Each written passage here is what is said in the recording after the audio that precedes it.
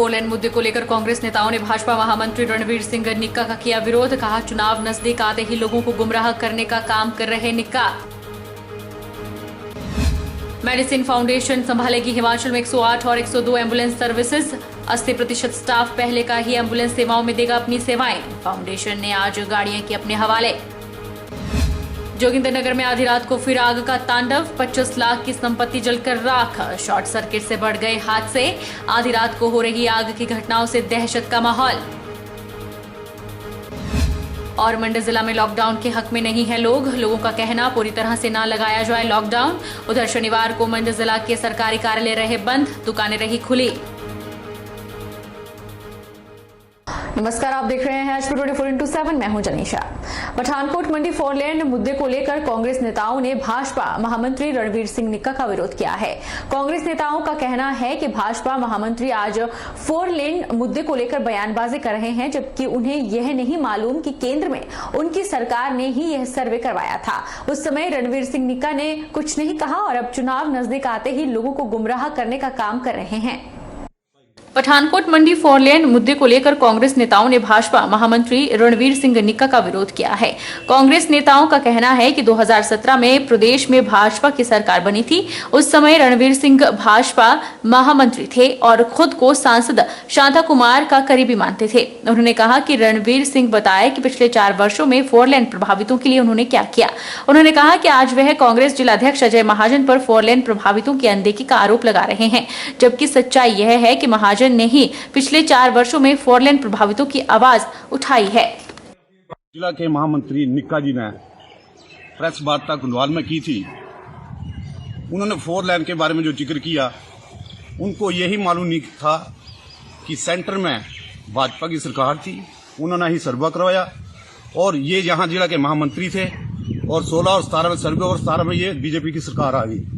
उनके लिए इन्होंने कोई भी आवाज नहीं उठाई 4 साल पहले। इसके लिए जबरदस्ती जो अजय महाजन का नाम इन्होंने थोपा, उसको यही मालूम कि 4 साल अजय महाजन ही 4 लेन के लिए, इन 4 लेन प्रभावितों के लिए संघर्ष करते रहे और हम धरना प्रदर्शन करते रहे। इनके नाम तक नहीं लिया। आज वो बड़ी बड़ी बातें करने लगे, क्योंकि ये जिला के महामंत्री होने के नाते जो यहाँ के मंत्री है, ना तो उन्होंने किया और ना ही इनको अपनी पार्टी अपने इसमें झेल रही है। इस कारण ये बदोबदी कांग्रेस के सरकार पे थोपे जा रहे हैं कि 2018 में हमने एक 4 लेन संघर्ष समिति, 4 लेन लोक बॉडी नाम का एक संगठन बनाया था और उसके तहत एक ज्ञापन दिया था महोदया एसडीएम साहब को नूरपुर। तो मुझे अच्छी तरह याद है, वहाँ मीडिया के सामने ऑन रिकॉर्ड ये जो तथाकथित नेता हैं, इन्होंने स्टेज पर खड़े होकर 4 लेन लोक बॉडी को हर तरह से तन मन धन से सहायता करने का आश्वासन दिया था। जैसे कि जो हमारे ये महामंत्री हैं और एक जो मंत्री जी हैं, उन्होंने भी बोला था हमारे सामने लोक बॉडी को कि मेरा सिर कट जाएगा, परंतु मैं एक भी यहाँ कुल्हाड़ी नहीं चलने दूंगा, एक भी गेंती नहीं चलने दूंगा जब तक आपको जायज पैसा नहीं मिलेगा। प्रदेश कांग्रेस प्रवक्ता ने नूरपुर में प्रेस वार्ता के दौरान बीजेपी को डूबता हुआ जहाज करार दिया है। उन्होंने कहा कि भाजपा को छोड़ने का प्रचलन जोरों पर है। उत्तर प्रदेश की शुरुआत से भाजपा का शीर्ष नेतृत्व कोमा जैसी स्थिति से गुजर रहा है। प्रदेश कांग्रेस प्रवक्ता सुदर्शन शर्मा ने बताया कि यूपी में अधिकतर मौजूदा मंत्री विधायक बीजेपी का साथ छोड़कर कांग्रेस या अन्य दलों में चले गए हैं। उन तमाम मंत्रियों का कहना है कि 5 वर्ष दलितों और पिछड़े वर्गों को वोट बैंक की खातिर चहेतों का राजनीति में लाभ लेने के बाद उन्हें दरकिनार करते रहे। बीजेपी की कथनी और करनी में फर्क है। अधिकतर राजनीतिक साथी डूबते जहाज को छोड़ चुके हैं। सुदर्शन शर्मा ने कहा कि अब अन्य राज्यों में भी बीजेपी को छोड़ने की प्रक्रिया जारी रहेगी। पंजाब में बीजेपी और अकाली दल गठबंधन भी टूटने की कगार पर है। उन्होंने कहा कि इसी वर्ष हिमाचल में आखिर नवंबर 2022 के चुनावों को मद्देनजर रखते हुए बीजेपी के कई आला नेता डूबते जहाज को छोड़कर कांग्रेस पार्टी के लिए ललायत हैं। भाजपा एक डूबता जहाज है जिसकी शुरुआत यूपी प्रदेश से हो चुकी है और इसका प्रचलन जो है वो अन्य राज्यों में भी जारी रहेगा। यूपी में अधिकतम जो मंत्री थे 5 साल जो इनके साथ रहे और जो विधायक इनके साथ रहे, उन्होंने इनके ऊपर ऐसे आरोप लगाते हुए इन भारतीय जनता पार्टी का असली चेहरा जो वो देखते पहचानते हुए उनको छोड़ चुके हैं वो, और ये प्रचलन जो है वो पूरे हिंदुस्तान में जारी रहेगा।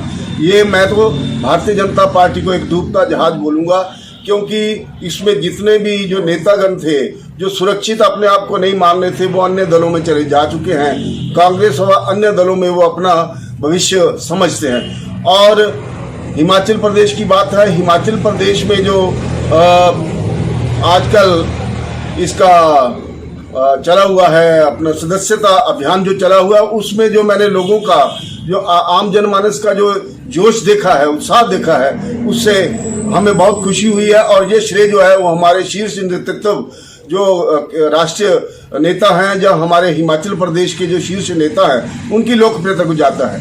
राष्ट्रीय एम्बुलेंस सर्विस 108 और 102 का जेवीके कंपनी के साथ करार खत्म हो गया है।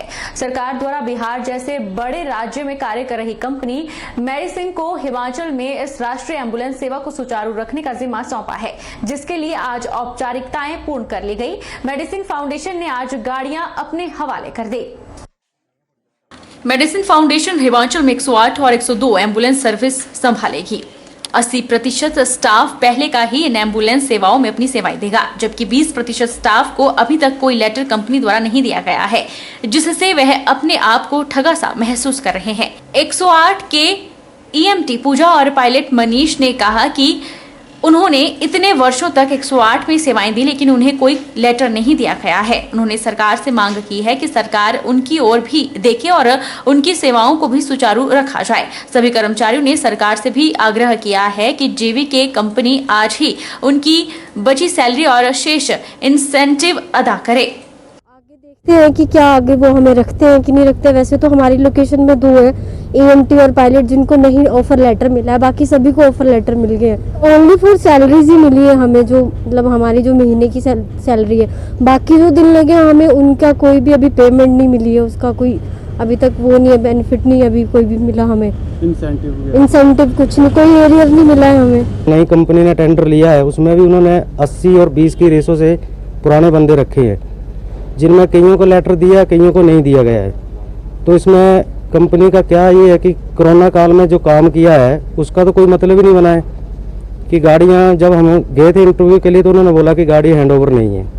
अब हम 4 बंदे गाड़ी पे काम करते हैं, तो 2 को उन्होंने लेटर दे दिया, तो वो गाड़ी कैसे हैंडओवर होगी, और 2 को नहीं दिए तो उनका कैसे हैंडओवर नहीं हुआ है। और जेवीके कंपनी जा रही है तो हमारे 1 महीने की सैलरी है, ग्रेजुएटी है, वो सब कब मिलेगी? आज से तो वो कंपनी जा रही है। वहीं मेडिसिन कंपनी की ओर से एम्बुलेंसों का ऑडिट करने आए विक्रम कुमार ने बताया कि गाड़ियों की हालत खस्ता है, वह ऑडिट कर रहे हैं। उन्होंने कहा कि स्टाफ को उसी तरह रखा जाएगा, सभी व्यवस्थाओं को सुदृढ़ करें और आज शाम 8 बजे से 108 और 102 सुचारू रूप से चलेगी। मैं आज गाड़ियों को टेक ओवर कर रहा हूँ। गाड़ियों में कमियां ही हैं सर, बहुत सारी कमियां हैं। सायरन वगैरह नहीं बज रहे हैं, हॉर्न वगैरह नहीं है, और डेंट है, टायरों की कंडीशन सही नहीं है, टाइम से सर्विस नहीं हुई है गाड़ी की। स्टाफ का तो हमने रखे ही है ना, हाँ इट जो भी गाड़ियों पे जो हमारे स्टाफ थे उसको रखे हैं। ये हमारे आज से गाड़ियाँ आज रात को 8 बजे से चालू हो जाएगी, ये नंबर 108 रहेंगे।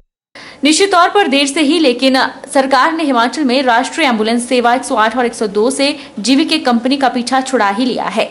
इस कंपनी ने कर्मचारियों का जमकर शोषण किया, वहीं गाड़ियां भी खस्ता हाल में हैं। कई ऐसे कारनामे इस कंपनी ने किए जिससे सरकार को लाखों करोड़ों की चपत लगी और सरकार भी इसी बात से खुश रही कि एम्बुलेंस चल रही है। उन्होंने भी जेवीके कंपनी पर कोई नकेल कसने का साहस नहीं दिखाया। खैर, अब देखना होगा नई कंपनी किस तरह से इस जीवनदायिनी सर्विस को चलाती है। वक्त चला है छोटे से ब्रेक का, ब्रेक इस बार फौरन लौटेंगे।